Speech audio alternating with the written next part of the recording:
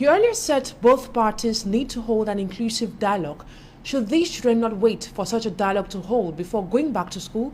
You know, this for their safety, of course.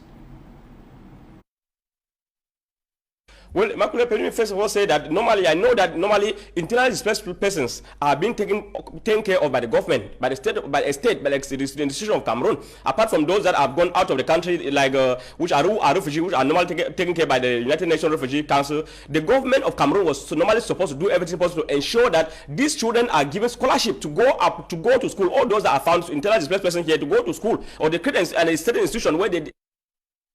Not at all. I think that we don't have any much time to waste. These children have already wasted a lot of time by staying at homes, and this is really a time bomb. I was in my village of recent. I saw some of the children who were out of school. Most of the children, they are not even the separatists, but they go about with knives and all the rest, attacking people along the way. So those are some of the effects of these children going out of school. And if they continue in that mode, we are preparing, as I said, we are preparing a time bomb that will have to explode, and when you explode, all of us will suffer the consequences of such things. So that's why we said, I'm saying that, pleading with the government and all the separatists to do everything possible to depoliticize the use of education to express their political opinion or their political view. It is true that the war is still ongoing, and we must have to sit on the table, as I was saying, to have a lasting solution. And these children should do everything possible to send these children to school, so that our people should not suffer tomorrow, because we know that there's another generation which is coming after us, and if those generation will be uneducated generation, then our people are going to suffer for quite a very long time before things might come to normal. A report was aired on Equinox TV a few days ago, and we saw 2 students who had to flee from the conflict northwest region to here in Douala. Their reasons for coming to Douala was to pursue their education. Both of them stayed in their homes for 5 and 3 years respectively due to the over 6-year-old armed conflict. That seems to be a better option. But then, how many families can afford sending their children to other regions? What's your take on that?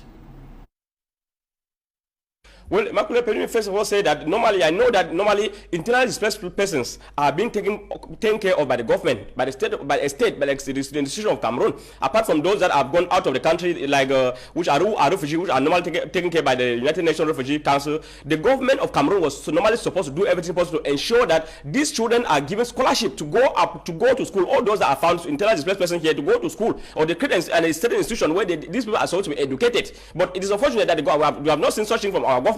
Our government keeps telling us stories, keep on unfolding stories. Sometimes they tell us that I'm going to give them food. This food is not necessarily going to help them. With regards to the parents, of course, I know that things are very strong that way maybe for the children to prepare this parent to send their children to school in the Francophone region, but not that strong. At least any parent who is determined to send a child to school would definitely do so. Most of us, like me, for example, I went to school not because my mother, for example, who had to take care of me, sponsored me in school, was rich. She had to grind cassava, fry gari and sell in the market for me to make sure that she pay my school fees. So this parent can still do the same. They go to the farm, poke their beans, their rice, cultivate their rice, and these rice are sold for these children to go to school, because I keep saying that nothing is more important today or more in our society. No, there's nothing that is much more important than education, because the education is just like the key, a universal key that can open all the doors or all the locks along your way, and that's the only way for us to preserve a long-lasting peace and development in our society, which is through the use of education. That's why we keep encouraging children to go to school and learn, so that we have a better children tomorrow. We have an enlightened Cameroonian tomorrow. We have Cameroonians who are reasonable, that will make sure that they develop the country tomorrow without any problem.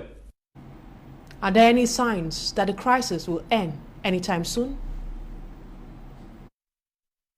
I have been actively, and I'm very actively, more than 4 or 5 years today, particularly with the issue of the Anglophone crisis. We write our reports on daily basis, virtually on all the time, to make sure that we denounce, we will continue to denounce the use of violence or the human rights violation and abuses that is going on in Northwest and Southwest region. And we continue to pray that the government should do everything possible to make sure that they call the separatist leaders on a dialogue table, so that they can seek a lasting end to this solution to the problem, not something like the major national dialogue, where I think the government invited the friends, not the real stakeholders, not that who are at the forefront fighting with the government. So when you have a problem, invite your enemies and sit with the enemies on the table and talk with them, not by calling your own friends to make your merry and all the rest, enjoy yourself and leave the place. Meanwhile, the problem will persist, and other people go about saying that normalcy has returned to the region. So we continue to say that normalcy has not returned to this region. The separatist fighters are everywhere. They have some of them have been killed. The defense and security forces are being killed, but we don't want this continuous bloodshed again, because every person that dies is a Cameroonian, and the life of everyone matters.